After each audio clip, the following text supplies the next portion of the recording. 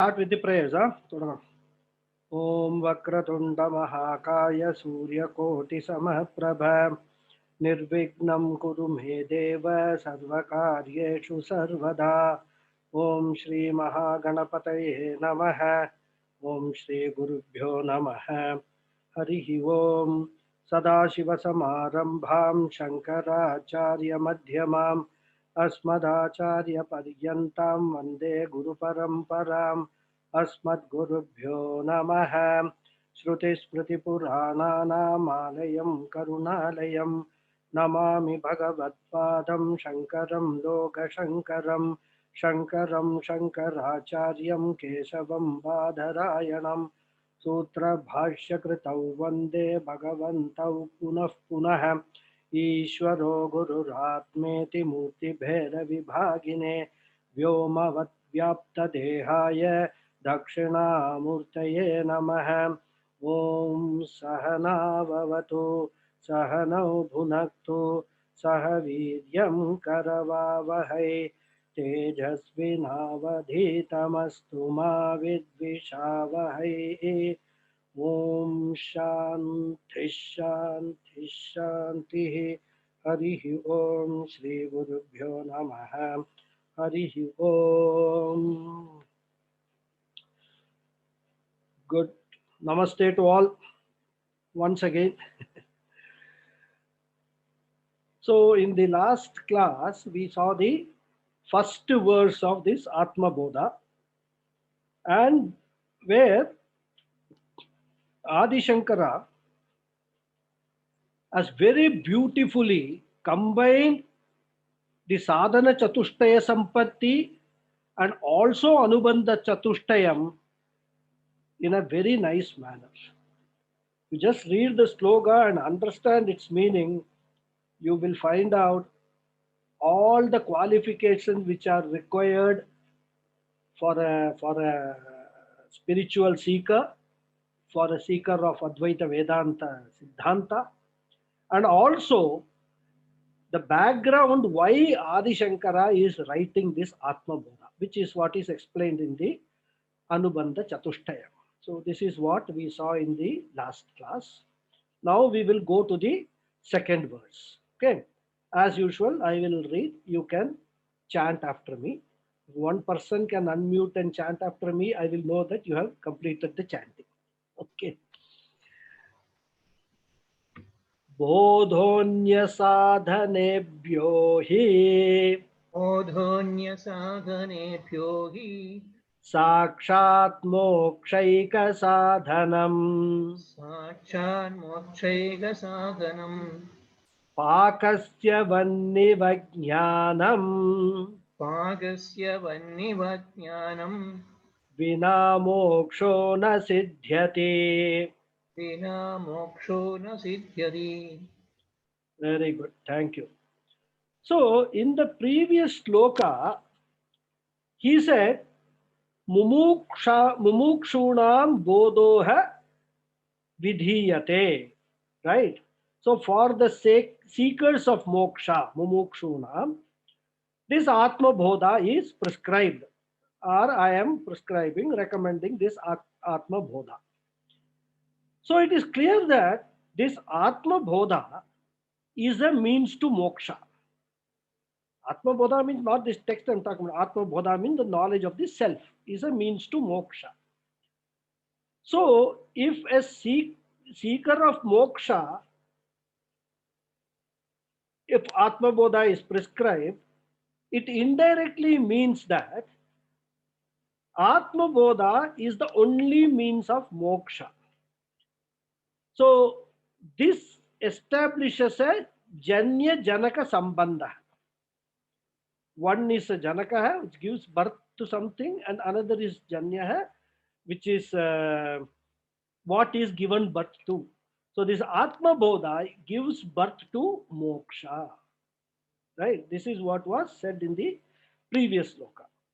Here in this sloka, Shankaracharya is emphasizing one point, and he says that this Atma Bodha is not one of the means of moksha, but it is the only means for moksha. moksha. Which means that the mumukshus have no choice. In fact, we, we have studied, some of us have studied Purusha Suktam. Na anyaf pantha vidyate ayanaya. It was said there, right? There is no other pantha, there is no other path, there is no other road for moksha. This is the only road for moksha, which is what Atma Bodha, right? So, now the question will be, if Atma Bodha alone is the path to moksha or means to moksha, why are the scriptures prescribing so many other sadhanas? Because scriptures talk about japa, upasana, meditation, pilgrimage, right? Doing puja, all those things scriptures prescribe. So if somebody wants moksha, he need not do all those things. He can straight away come to Atma Bodha and get the self knowledge and gain moksha. That's very straightforward. So does this mean that the scriptures are talking about vyartha sadhanas? Means those means are invalid, they are wasteful, time pass business, all those sadhanas. Is it that the scriptures talk about that? And for that, Shankaracharya says that they are also sadhanam for moksha.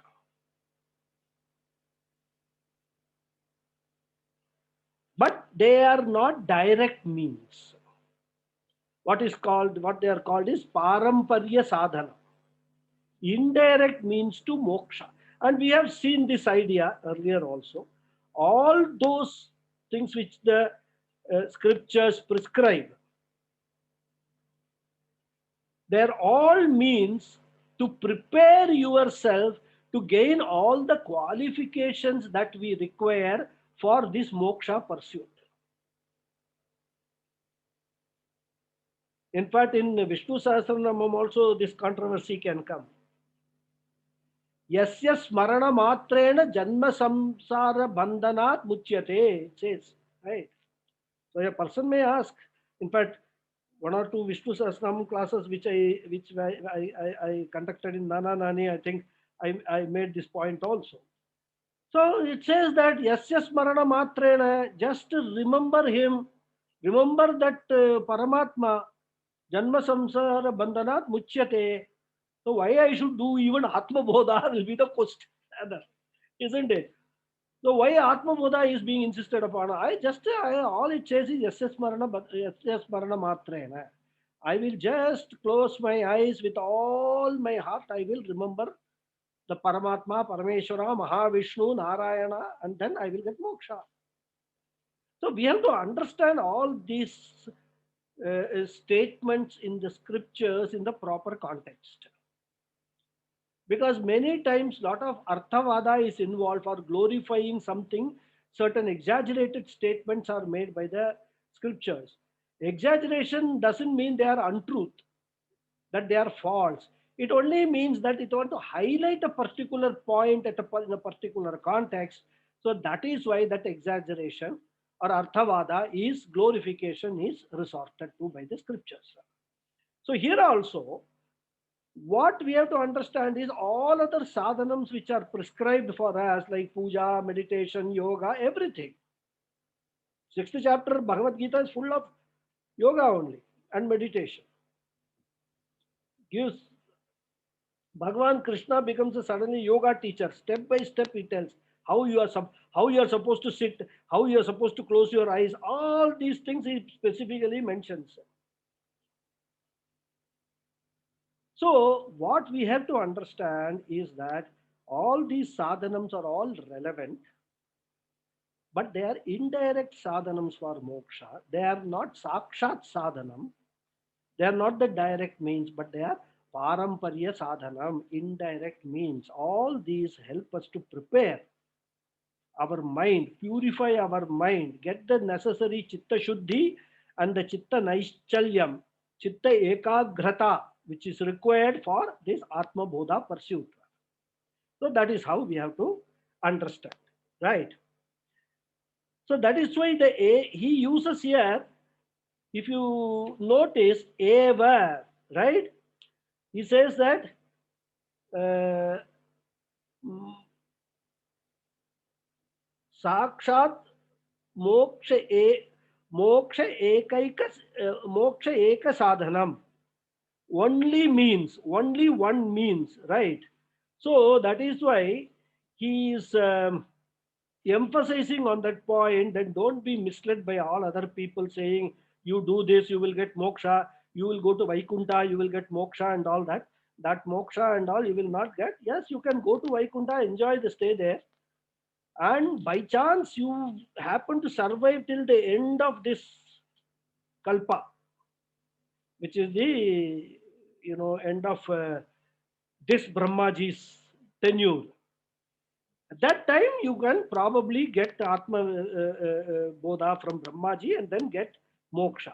But that is a question mark. You don't know how much punya is left, whether you will be able to survive till the end of the kalpa.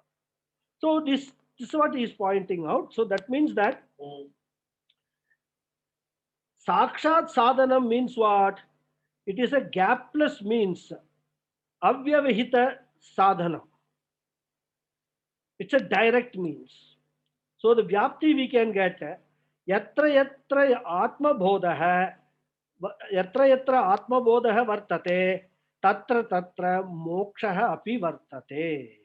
Wherever atma bodha comes assimilated, there moksha is guaranteed. That is what it is, right? Because between moksha and other sadhanas, there is no direct vyapta. There is no direct vyapti there, right? This is the between Atma Bodha and Moksha, there is a direct vyapti, which is highlighted in this shloka, right? So that is why it is called direct means or sakshat sadhanam. And what we have to remember is a person may be an expert in anything else like yama, niyama, up to samadhi in Ashtanga Yoga, for example. But still, he won't get moksha because he will have to come out of samadhi and back to this miserable samsara he will have to come.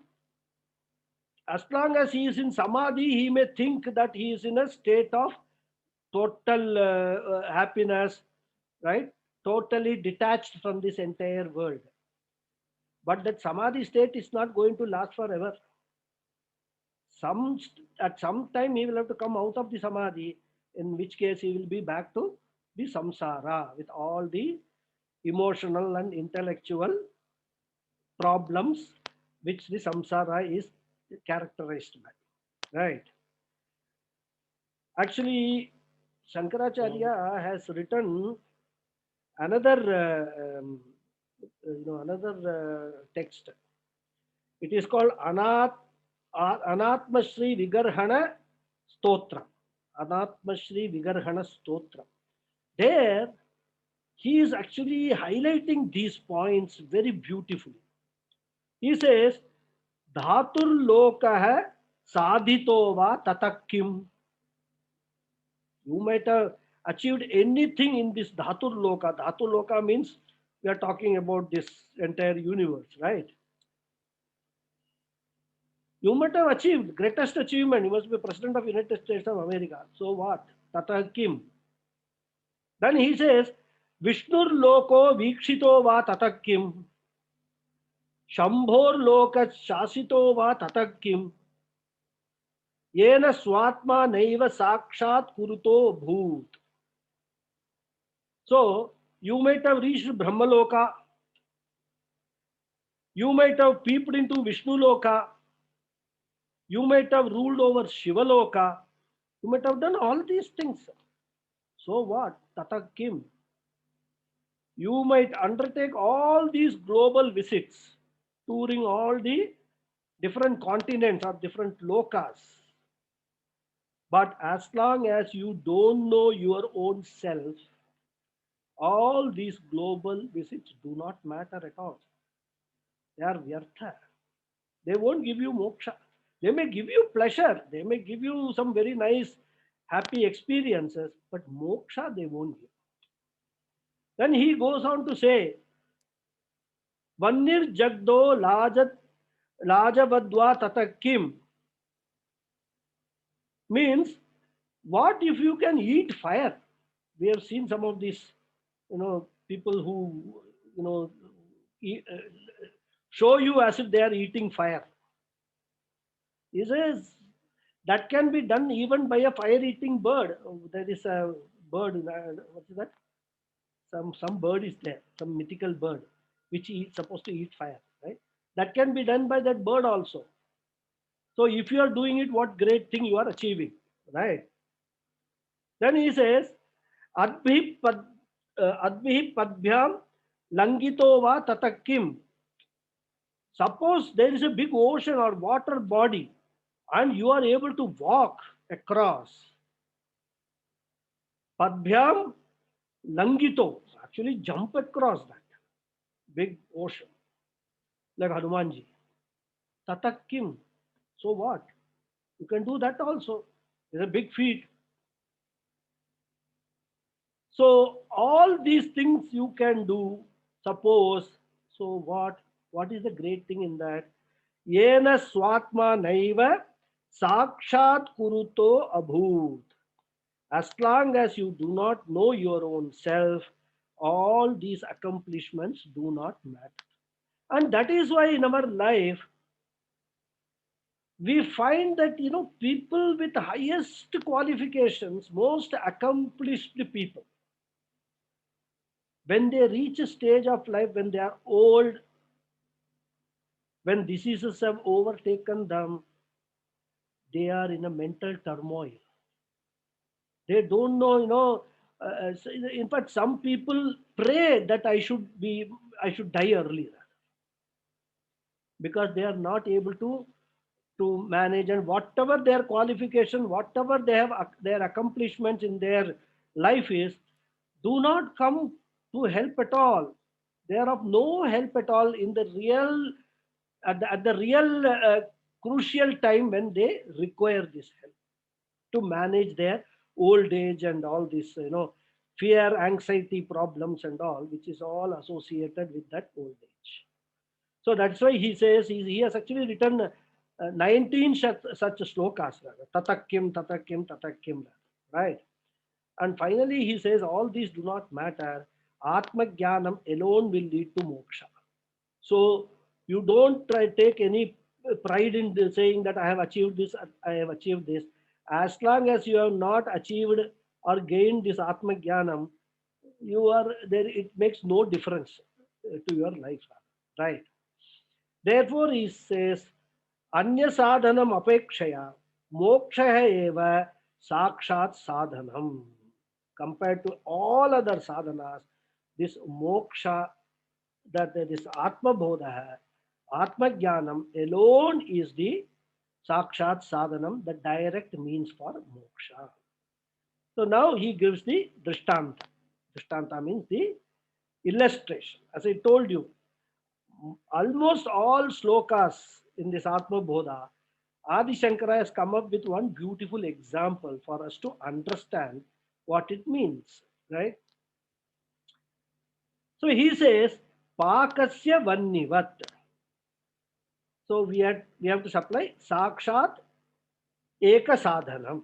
That we have to supply that, right? Because that we have to bring it from the first line, Sakshat Eka Sadhanam. So Pakaha means cooking. Pachdatu. Pakaha, cooking. Then Vannihi means what? Fire. Right? So fire is the only means for cooking.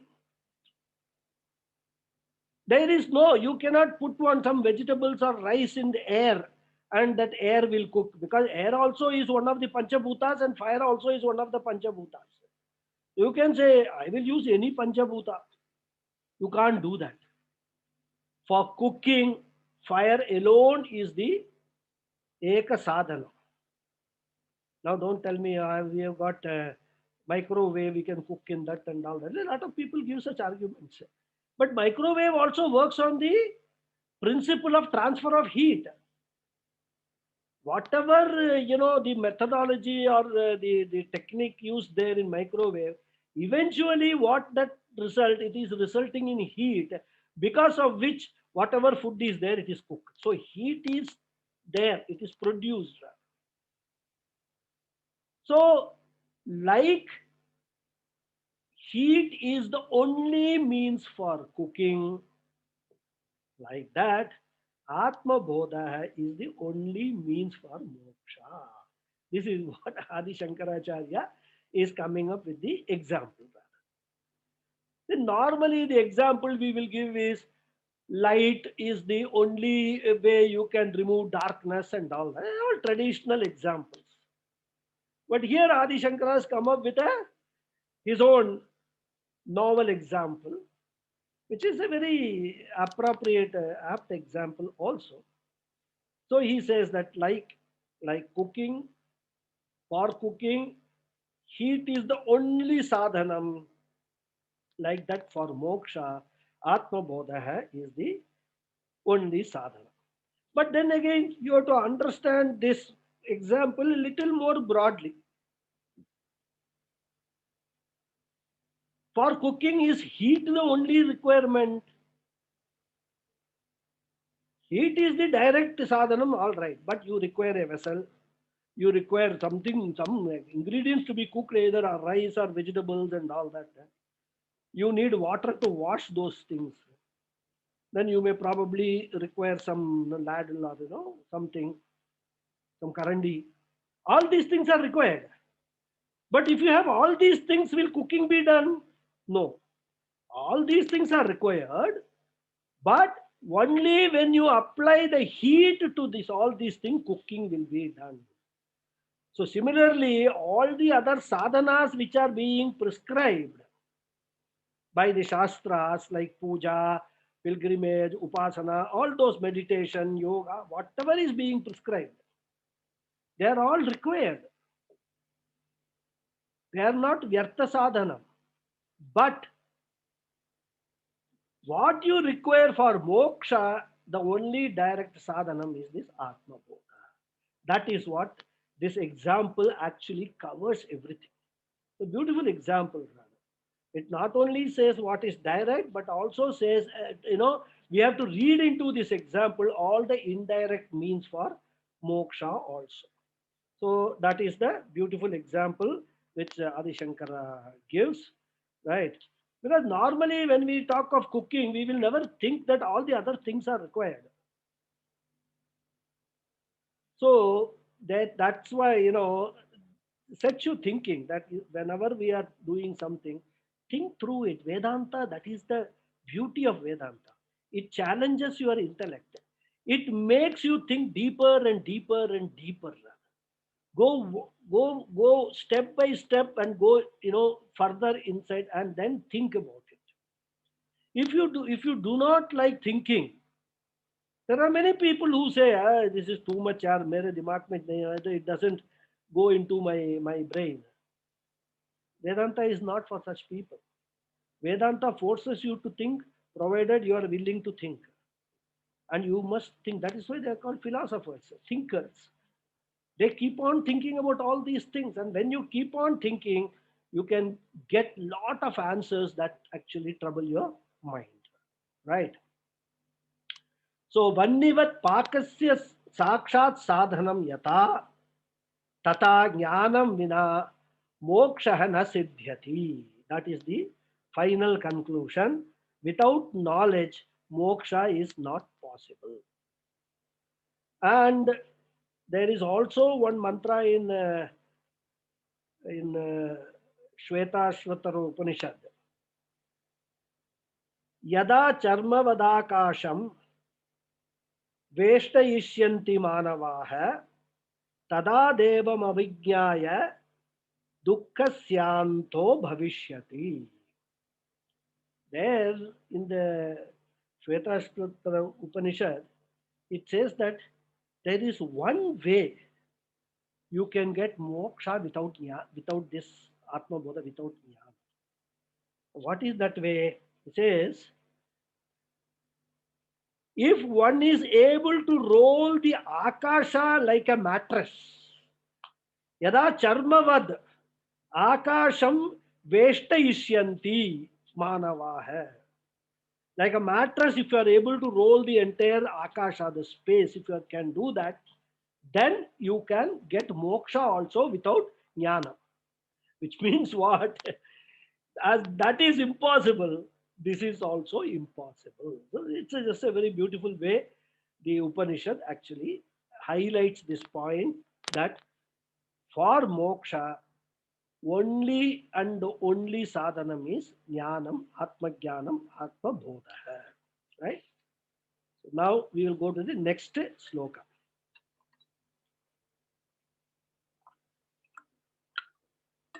Hmm. Sloka number 3. Again, I will read, you can repeat. Avirodhitaya karma na vidyam vinivartayet vidya vidyam nihantyeva tejastimira sangavat. Very nice sloka and a very beautiful example also. And in the, as said in the previous sloka, it was said that knowledge, jnanam alone will give moksha, right? And there was a emphasis on the word alone, avadharana, right? Avadharanaya tatparyam kim. What is the tatparyam of this avadharanam? That evakara, that knowledge alone will give moksha means only knowledge can give moksha.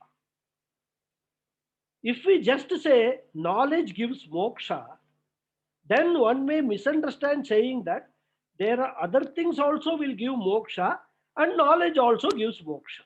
There's a possibility of that misunderstanding taking place, isn't it? So that is why this evakara, this avadharanam is required. That nothing else will give, only knowledge will give, has to be emphasized, rather has to be highlighted.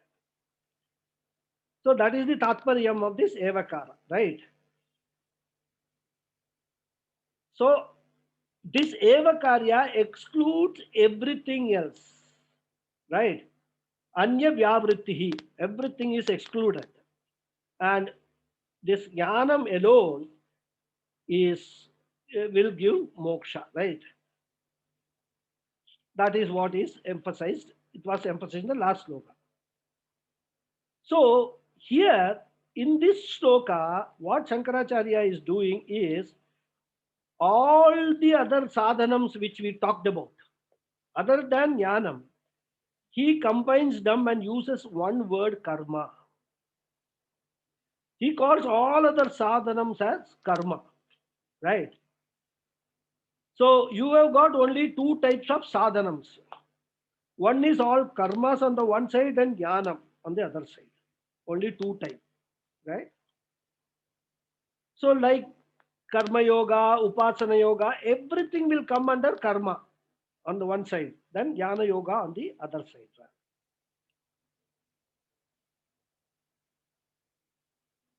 But then, we can say, like sitting in meditation, for example, upasana. One may ask what karma is performed by just sitting. How can Shankaracharya call upasana as a karma? The fact of the matter is that Shastra, when it refers to the karma, it refers to all three types of karmas. Kaikam, Vachikam, Manasam. As long as one or more of these three are active, are doing something, when meditation, what you do, you are using your mind. Okay, your body is quiet, no doubt about that. You are sitting still in meditation. Vachikam, no karma is being performed because your mouth is closed and you are not talking, but you are performing manasam karma. You are meditating. You are actually, the thought or the alambanam on which you are meditating, that is going through being repeated in your mind. That is a karma, right? So anything, any activity that we do with either our physical body or through words or mental activity, all these things come under the definition of karma.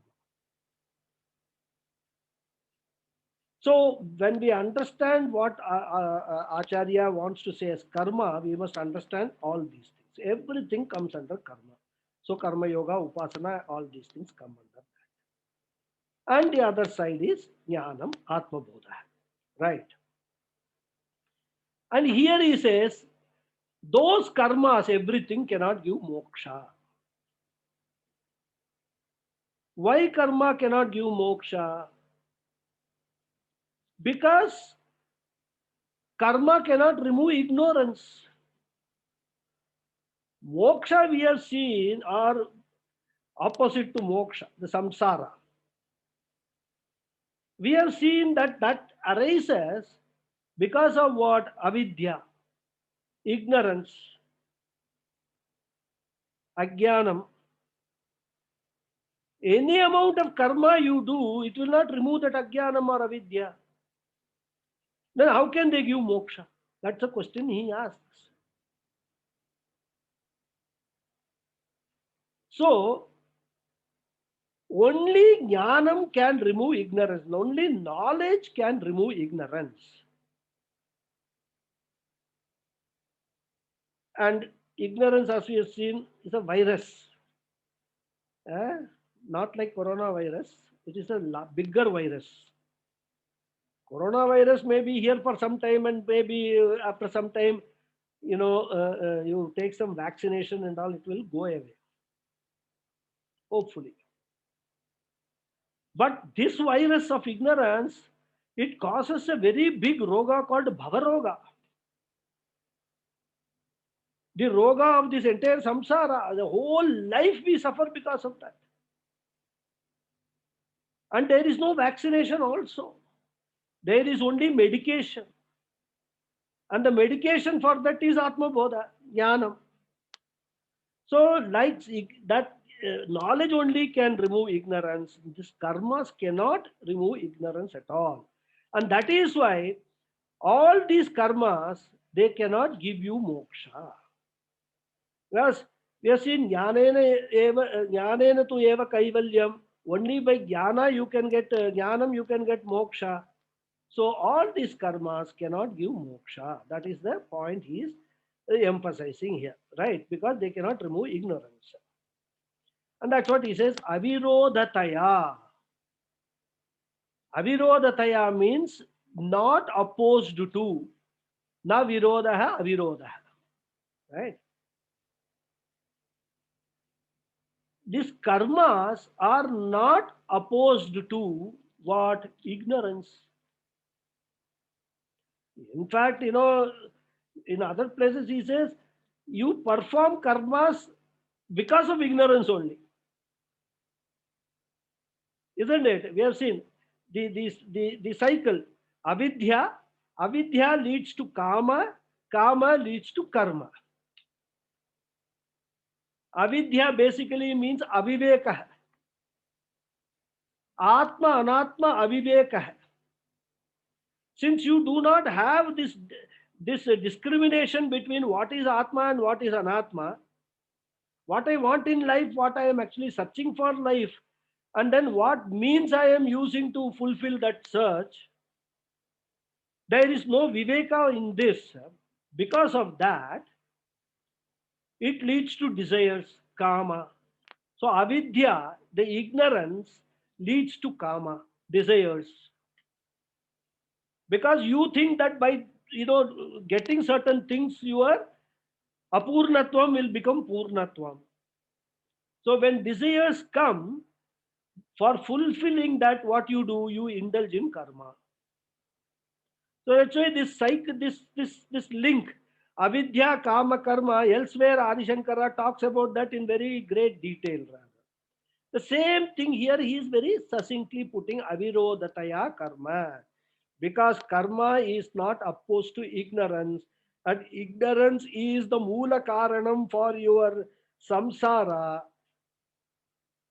and that ignorance can go only by knowledge. And knowledge you can get only by Bodha, Atma Jnanam. That is why these karmas cannot give you moksha. He actually justifies why he is saying karmas cannot give you moksha. Right? Because you can just say other things don't give moksha, only this will give moksha. Right? It is just like say, no, every TV channel says, we are the only first channel, best channel to bring you this breaking news. Everybody says that. All the channels say that. So similarly, you can say you are, because you are a Vedanti, you are saying only this Atma Jnanam can give moksha. Because you want to highlight your Siddhanta. Whereas other people, a karmi will say that karma also can give moksha, and that is the problem. In fact, it is a fact. People believe that there are four paths to moksha. There is a bhakti yoga path. There is a karma yoga path. Then there is a Raja Yoga path and there is a Jnana Yoga path. This is what is the gross misunderstanding. People who do not have any Shraddha in our Shastra, who have not studied the Shastra properly, who have not studied Bhagavad Gita properly end to end and try to understand what is the overall message of Bhagavad Gita that Lord Krishna is trying to give. They pick up pieces from here and there and try to justify that by doing, if you read chapter 3, Bhakti Yoga, you will get moksha. Like that. Chapter 6, you read, this, what is that, what it talks about Ashtanga Yoga, you will get moksha. Raja Yoga, you will get moksha. This is the problem with a lot of people. And unfortunately, some acharyas who do not belong to the parampara, the traditional teaching methodology. Some acharyas do not belong to that, but they are quite popular acharyas. They also are responsible for promoting such wrong ideas in the people's mind and confusing people totally. We are not saying that those bhakti yoga or this raja yoga or karma yoga are not relevant.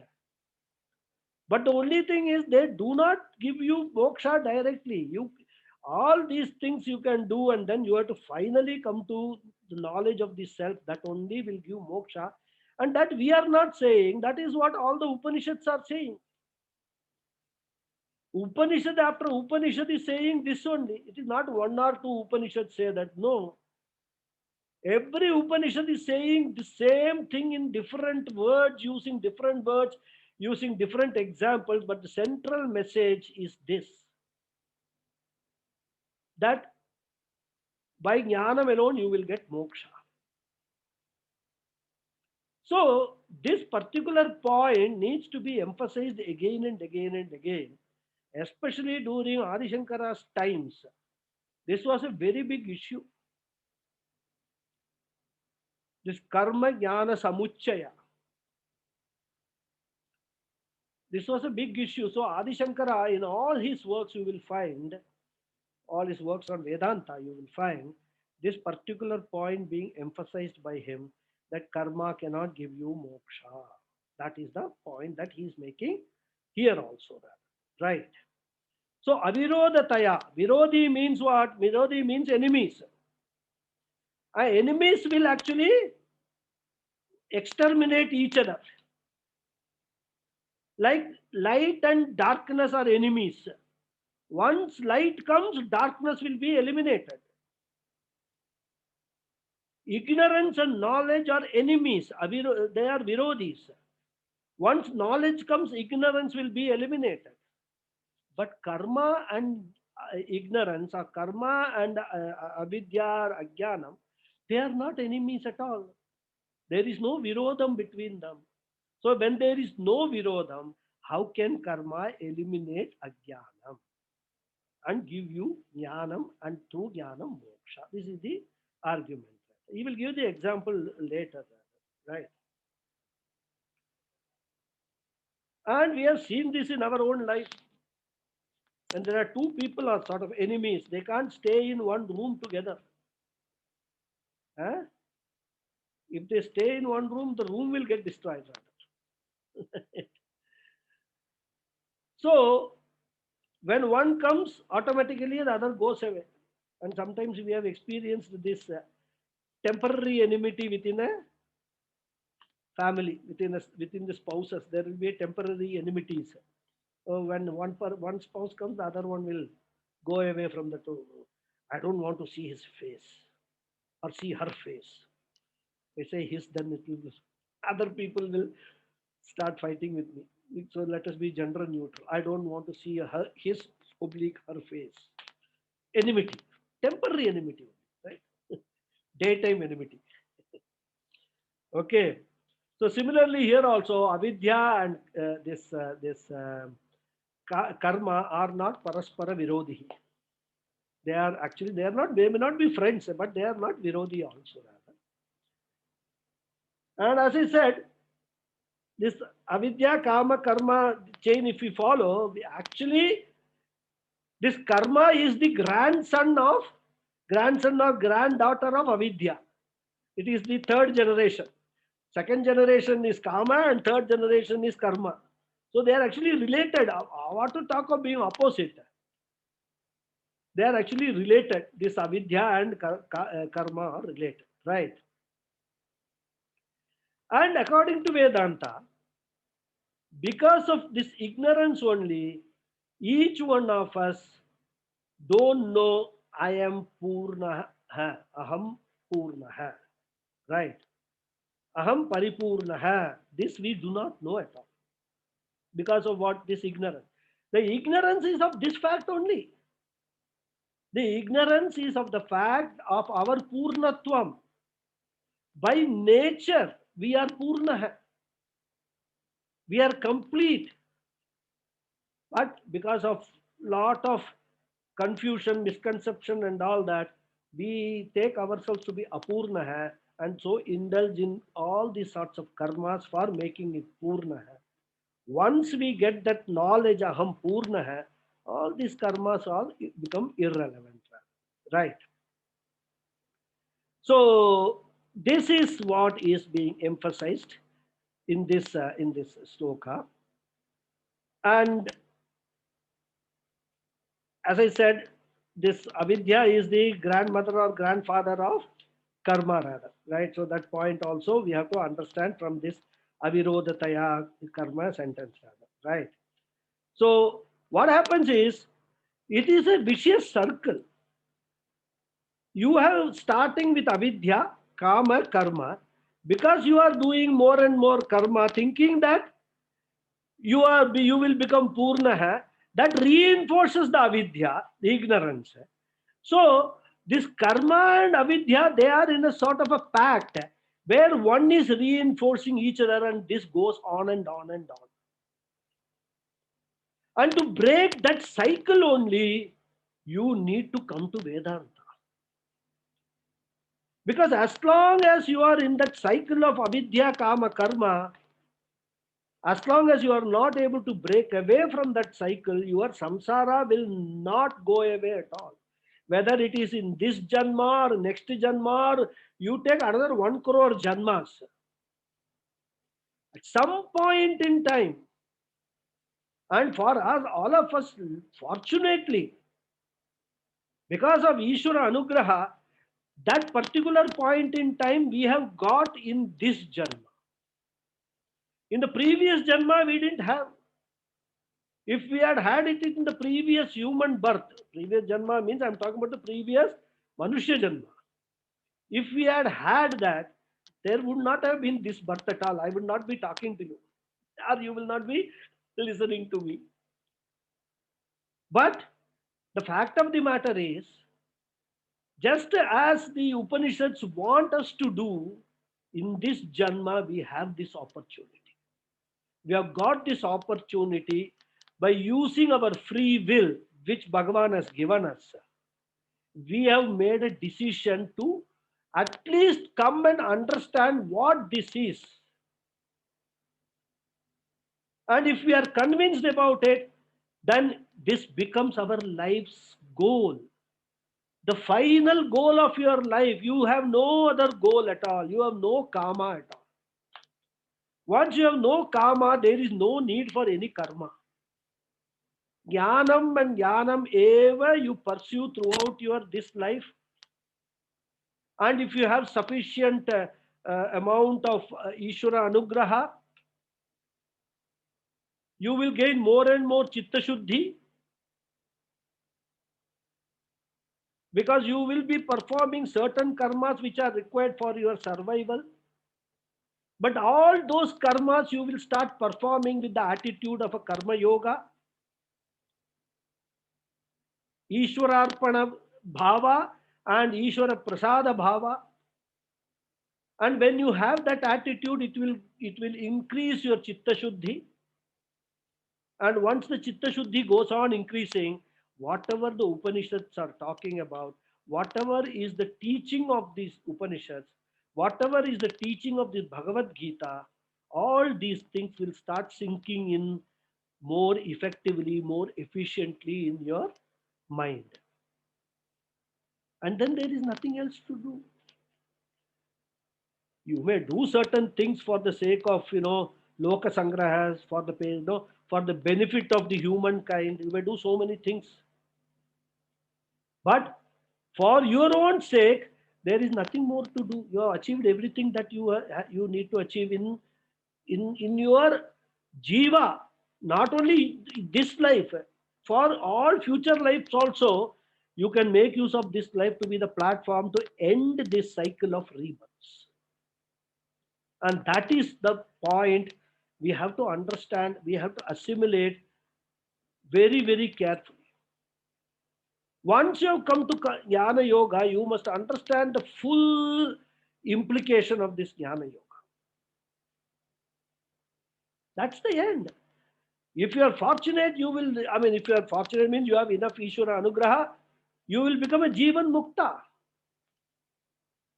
And then once you are a Jivan Mukta, the Prarabdha will continue till, it has to exhaust itself. So this body-mind complex will continue. But you will be a Jnani. You will have no, binding attachment towards anything. You will be a liberated person. And at the time of the fall of the body, Vyashti, Samashti, Aikyam will take place. No more rebirth. That is the beauty of this entire, Jnana Yoga, Vedanta, this Atma, Bodha or self-knowledge. Right. So as I said, these karmas actually, as long as we are doing all these karmas, they are going on reinforcing our ignorance. They are making us more and more ignorant rather. And that cycle continues. It is just like, there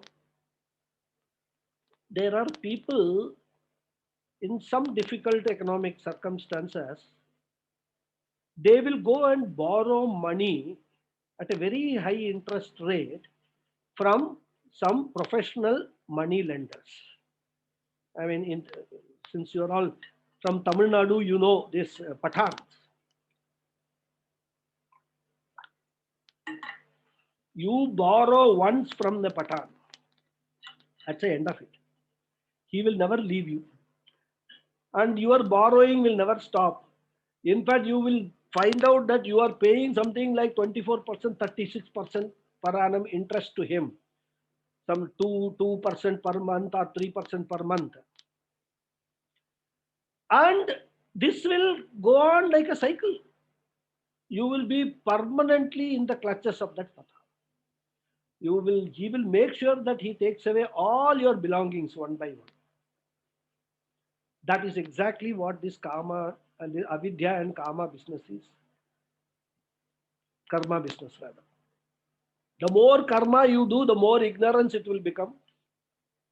The more ignorant you become, the more karma you will do. So you will go on doing this karma till you reach a stage when you can't do those karmas also, because you can't get up from the bed, you can't take bath. Such stage will come to everybody. One in a million may be able to have a smooth exist, but this old age Jara, Vyadhi and all, none of us can escape. That is the tragedy of the humankind. We see other people suffering and we think we are exempt from that. When we become their age, we will know what our condition is going to be. So, even at that stage, this karma also we will not be able to perform. And then we will feel guilty. Today I have not done my Sandhya Vandanam. I have not done my puja. I have not taken bath also. All these guilt feelings will be sitting in your mind.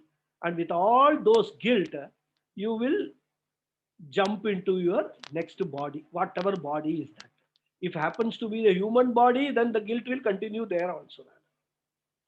If you happen to be an animal body or a plant body, at least for some time, next birth you will be saved from getting any fresh guilt or hurt. Right. This is what all our 99% of people's life is. But now we have an opportunity to understand that there is a way out of this. To understand that we can escape this punarapi jananam, punarapi maranam, we can escape.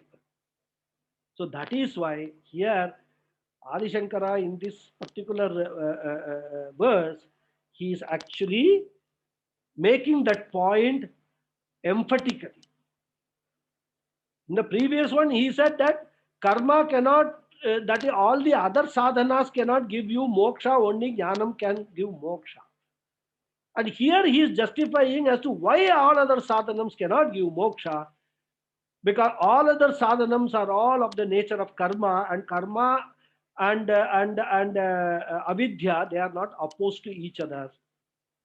Because jnanam and ignorance are opposed to each other, that is why jnanam alone can give moksha. And for that, he gives a very beautiful example. Right? Tejah timira sanghavat. Right? Timira sanghavat means darkness. Here he brings the example of darkness also. Right? So sanghavat means pitch darkness, thick darkness. So tejah means light, a bright light. Just as a bright light removes even the pitch dark situation, similarly, jnanam removes ignorance. That is the example he gives. Now, the word timiraha has got another meaning also. That means cataract. Right? So, Ajnana Timira Sangavat also Andasya, Ajnana Timira Andasya, where we have seen, I think, Dakshinamurti Sutra, right?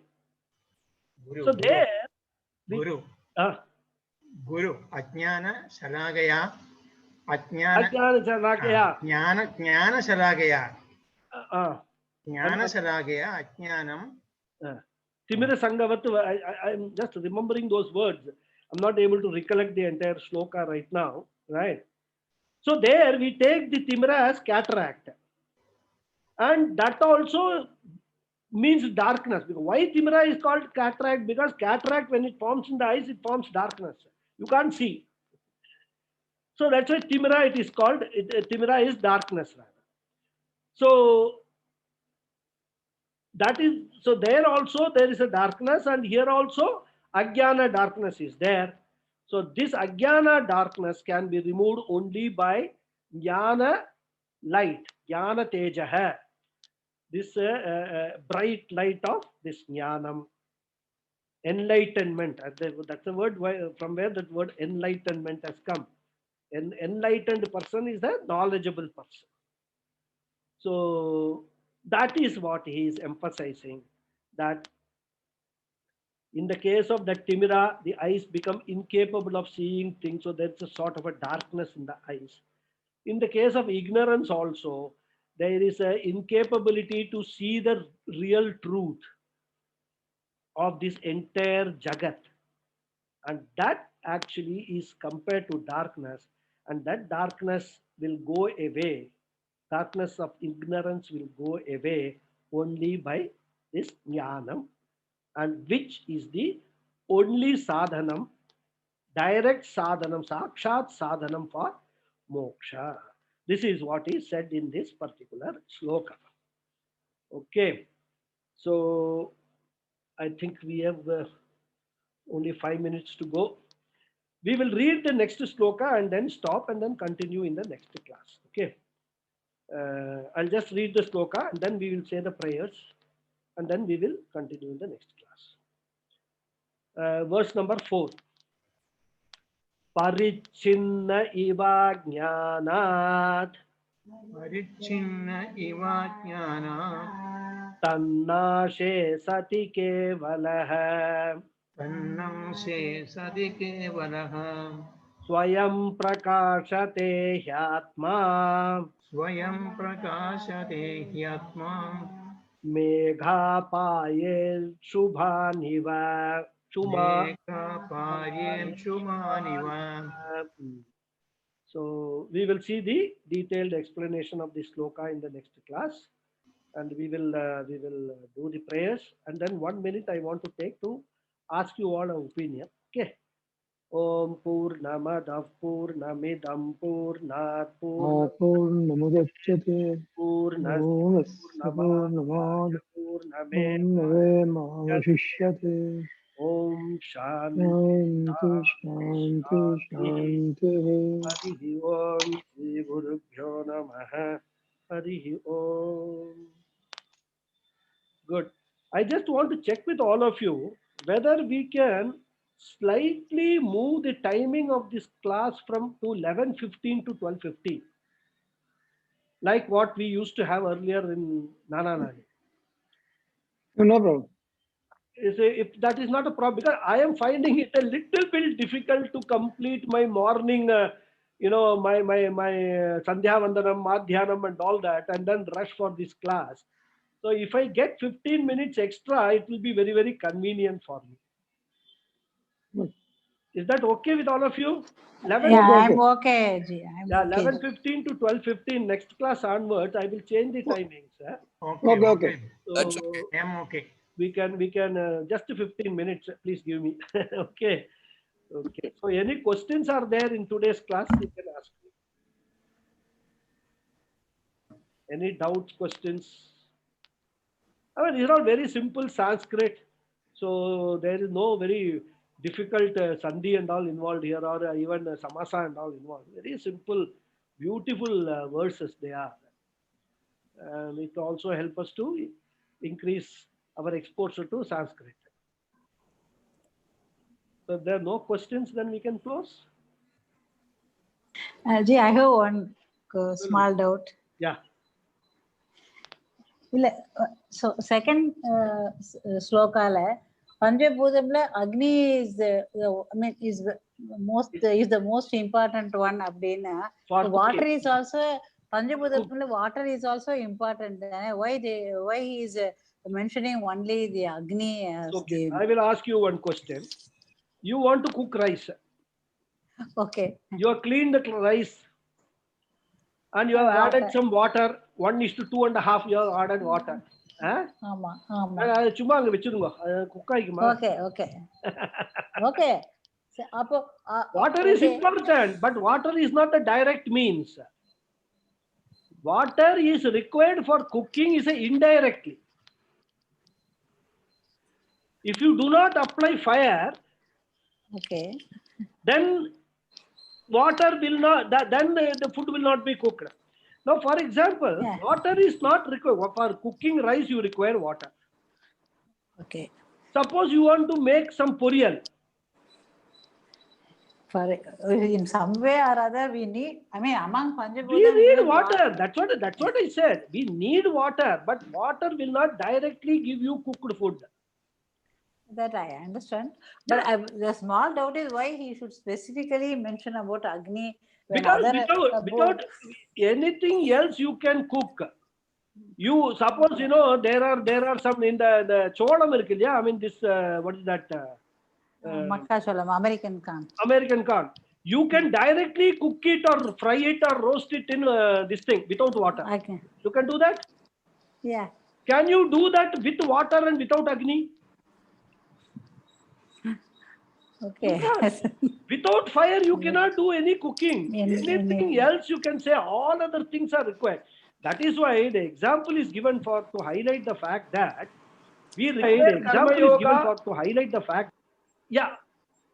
highlight the fact that only jnanam can give you moksha. Any other sadhanam that you do will not give you moksha. They may be required. That is why they are sadhanam, all right, but they are parampariya sadhanam, not sakshat sadhanam. You must understand the difference between what is a indirect means and what is a direct means. That is why அந்த சாதனம்லாம் இல்லாம கூட இருக்கலாம் அப்போ. இல்ல, அது important தான். அந்த சாதனம் இல்லாம இருக்கிறதுங்கிறது எல்லாராலே முடியாது. நீங்க அந்த சாதனம், those sadhanams and all, whether you have not done it in this life, you should have done it in the previous life. Like for example, Ramana Maharshi and all that, right? Okay. You might have done it in the previous life, but that sadhanam is necessary because they give you chitta shuddhi, chitta naishchalya, without which jnanam will not come. Okay. But jnanam will come only by direct, this moksha will come only by direct jnanam, not by those sadhanam. That is what it is. If you want example, sorry. Okay. இங்க example எடுத்ததுனால அக்னியை சொல்றா. ஆமா ஆமா, cooking எக்ஸாம்பிள்னால அக்னி கொடுத்திருக்க, அவ்வளவுதான். Because of pakasya vahnivat means for cooking agni is like agni is the only direct means for cooking. Similarly, jnanam is the only direct means for moksha. That is the way, limited way we have to take this example. It does not mean that all other things are irrelevant. All other things are also important, but they will not give you moksha directly. Adu the point. Okay. Dhanyawad. Okay. Any other doubt? Guru compulsory சொல்ற மாதிரி. குரு கம்பல்சரின்னு சொல்ற மாதிரி. ஆமா, அது நம்ம எழுதுறா அப்படி எழுதலாம். For Shastra unfoldment, we require a guru. Shankaracharya has come up with this example. நம்ம யோசிச்சு பார்த்தா நமக்கே நிறைய எக்ஸாம்பிள் கிடைக்கும். Right? So that is the thing. Because going to America, what is the sakshat sadhanam? Is a visa for America. You may have everything else. Aeroplane இருக்கு, flight இருக்கு, ticket இருக்கு, எல்லாம் இருக்கு. விசா இல்லைன்னா நீங்க அமெரிக்கா போக முடியாது. The final sadhanam. ஆமா, அது most important sadhanam is that visa. இல்லையா? அதுதான், அது சாட்சாத் சாதனம். பாக்கி எல்லாம் பாரம்பரிய சாதனம். இது இந்த ஃபிளைட் இல்லைன்னா வேற ஃபிளைட் எடுத்துக்கலாம் and all that. பட் நீங்க கனடா விசா வச்சு அமெரிக்காவுக்கு போக முடியாது. You have to have American visa only. That is the சாக்ஷாத் சாதனம் ஃபார் கோயிங் டு அமெரிக்கா. அதே மாதிரி ஆத்ம போதா is the only visa for getting ஞானம். அந்த மாதிரி எடுத்துக்கிறது. நிறைய எக்ஸாம்பிள் நம்ம யோசிச்சா வரும், நமக்கே நிறைய வரும் எக்ஸாம்பிள். ரைட்டா? Okay. Dhanyawad. Tuesday 11:15 we will meet. Okay. Okay. Hariyo. Dakshinamurti Stotram 6th Dakshinamurti Stotram 6th ஸ்லோகால தான் அது வருது. ராகு கத்தந்திரேந்திர சதர்ஷோ மாயா சமாதி. Correct. தன்மாத்ம. ஆமா, correct. எனக்கு அது திடீர்னு ஞாபகம் வரல. Doesn't matter. The point is that this Timira word is used there also. I knew that was used in Dakshinamurti Stotram. And here also he is using that Timara Sanghavat. So that is why it's just a recollection. Anyhow, okay. Mama, Hariyo. Paklam, Tuesday Paklam. Hariyo. 11:15. Okay. Hariyo. Hariyo.